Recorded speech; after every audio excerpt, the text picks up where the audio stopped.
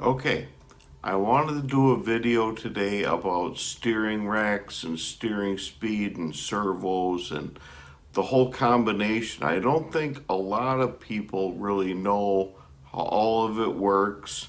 So let's roll the intro and let's do a video about steering racks and steering speed. I've spent the last 30 plus years working on race cars, building race cars, and racing cars. And I'm here to help you better understand racing technology.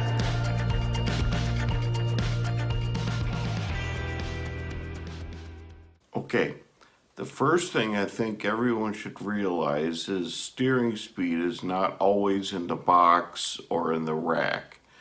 I have it as three different things that kind of affect how fast steering is in the car. Modifieds, there is another element, and I'll talk to that in a minute. But with late models, the three things is first the steering rack speed, and that'll be stamped in the top of the rack. It'll be like a 4, a 3.9, 4.5, or whatever. A lot of people nowadays are running the 4.5 racks.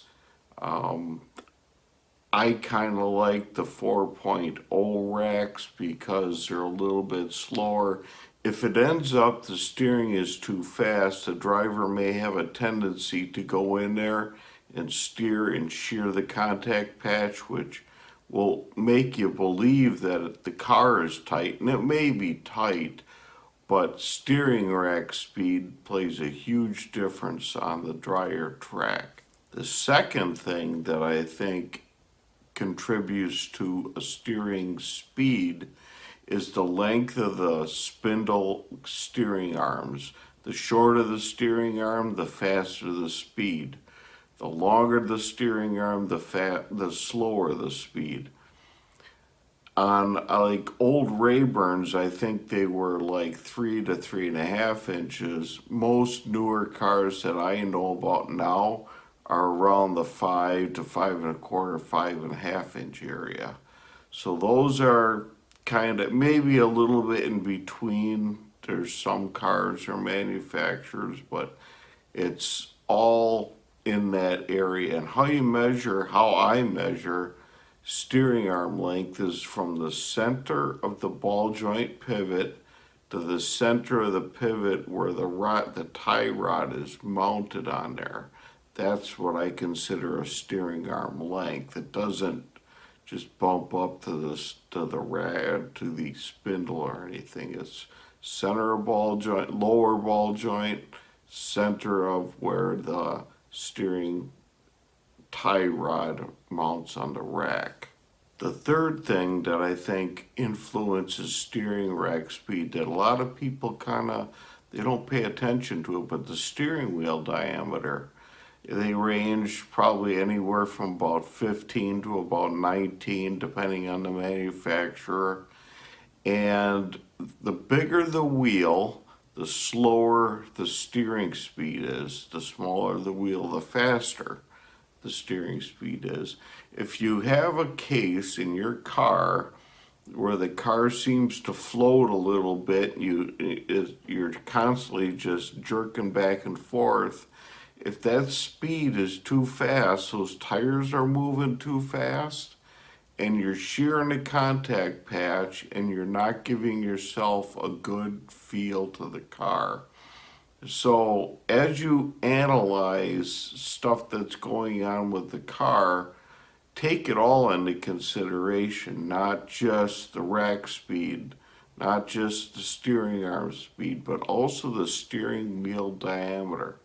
I always recommend if you're getting a new car built, get it built so it can house or accommodate a 19-inch steering wheel. Just remember with the larger steering wheel, when you go to a smaller steering wheel, if you're using that for a tuning tool, when you go to a smaller steering wheel, you might need to lower it down on the steering mount. I believe Sweet, if I'm not mistaken, makes a very long stem to their collapsible steering column. That is great because then it's very adjustable in the car. Plus, as the track dries out, if you can change steering wheels sometimes, it might trick your brain into actually slowing your action down and backing your corner up. Because your steering speed, as the track dries out or gets slick, will actually slow down going in the corner. With a bigger steering wheel, you're actually going to have to start steering earlier. That's what I mean by backing your corner up.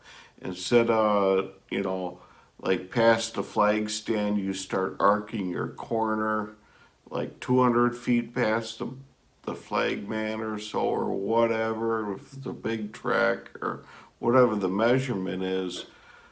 With a bigger steering wheel and a slower steering speed, you may have to start at the flag man, just arcing that in there, and that will maintain a tire stretch on the front and maintain traction on the front, but will also actually slow you down going in the corner so you don't shear the back. So a lot can be said to tuning with the steering wheel diameter. It's a very easy change, whereas if you wanted to change the rack in the middle of the night, you can't do it. But taking a 19 off the wall and putting it on in place of a 15 or a 17 might be enough to accommodate that steering change. The last aspect to steering speed that applies to modifieds is your drag link, where it connects to your idler arm and then your steering box. The length of that idler arm and the steering box and everything all plays into effect on that steering speed. So you have to take that kind of in consideration when you're trying to figure out your speed. Okay, now a little bit on the numbering.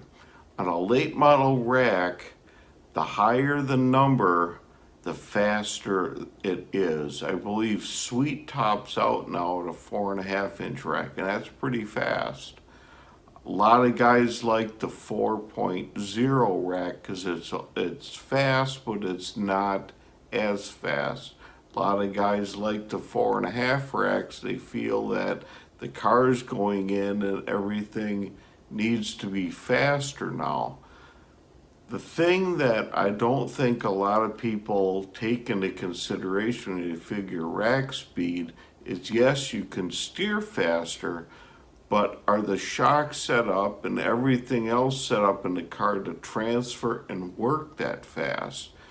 A steering wheel and the steering speed has to act like an extension of your brain, and it has to match what the car is designed to do, the suspension, the weight transfer, and how that thing drives. I think a lot of things people are mistaking for handling deficits in cars now may be because the rack speed is too fast for the way the shocks are built or stuff is working in the car. For a modified, it is the opposite. A smaller number is the faster ratio.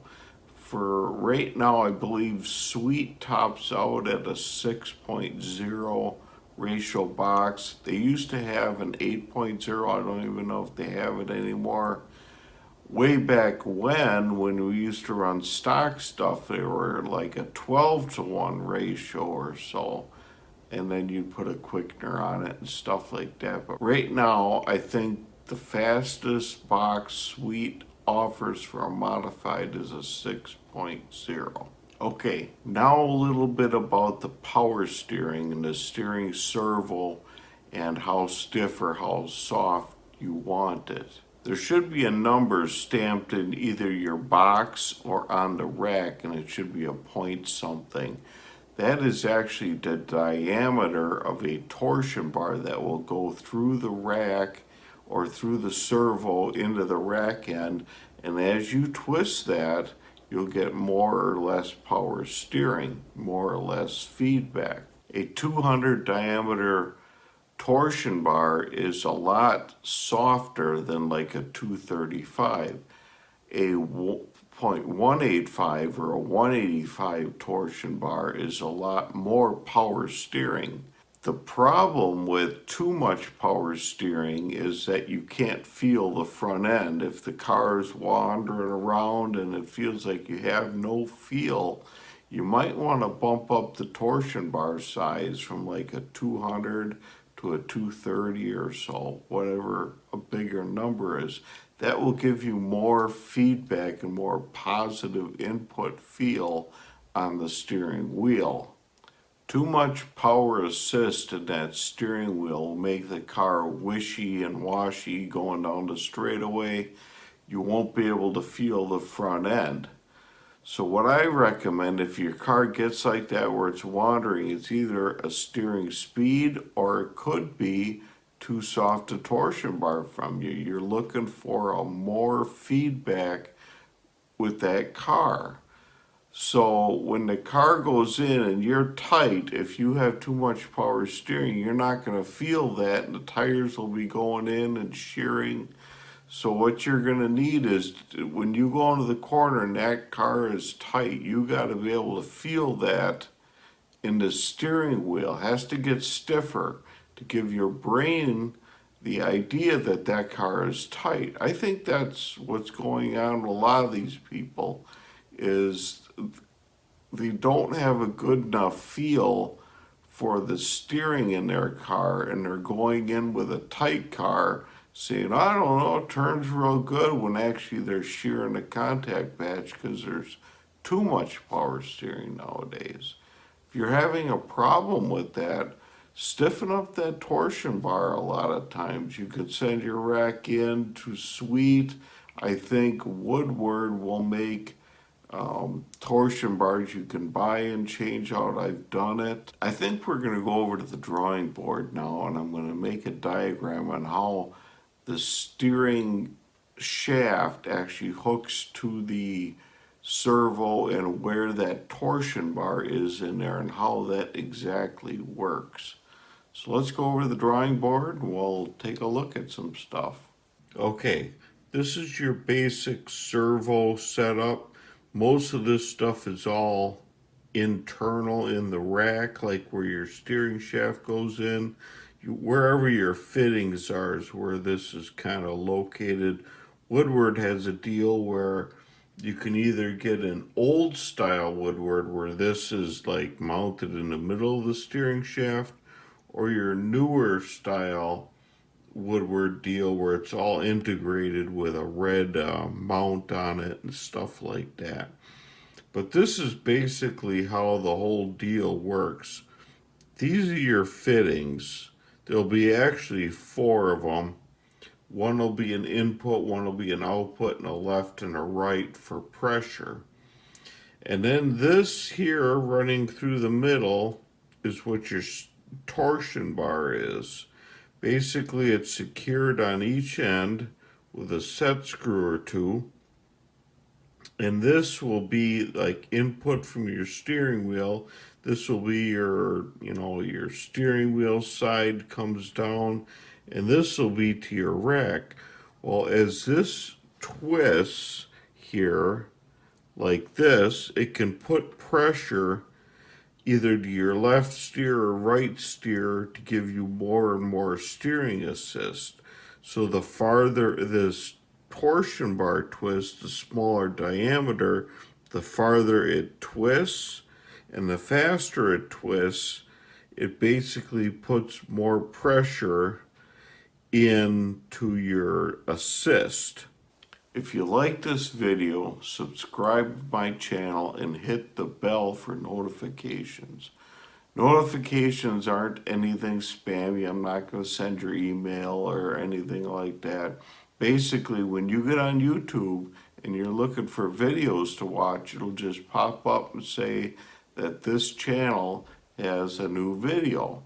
So ring the bell, subscribe to my channel, and we'll see you in the next video.